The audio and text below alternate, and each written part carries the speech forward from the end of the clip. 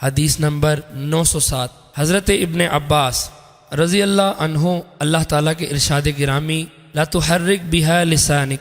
اور آپ اس قرآن مجید کے ساتھ زبان کو حرکت نہ دیں کے بارے میں فرماتے ہیں کہ جب حضرت جبرائیل علیہ السلام وحی لے کر اترے تو اس کے ساتھ آپ اپنی زبان اور ہونٹوں کو حرکت دیتے، پس آپ اس سے مشقت میں پڑ جاتے اور یہ بات آپ سے معلوم ہو جاتی۔ تو اللہ تعالیٰ نے آیت نازل فرمائی جس کا ترجمہ ہے، مطلب یہ ہے کہ یہ ہمارے ذمے کرم پر ہے کہ ہم اسے آپ کے سینہ مبارک میں جمع کریں گے، پس آپ اس کو پڑھیں گے۔ فرمایا ہم نے اس کو اتارا، پس آپ اس کو غور سے سنیں، اس کا بیان ہمارے ذمے ہے، ہم آپ کی زبان مبارک سے اس کو بیان کریں گے۔ پس جب حضرت جبرائیل علیہ السلام آپ کے پاس حاضر ہوتے تو آپ گردن جھکا کر بیٹھ جاتے،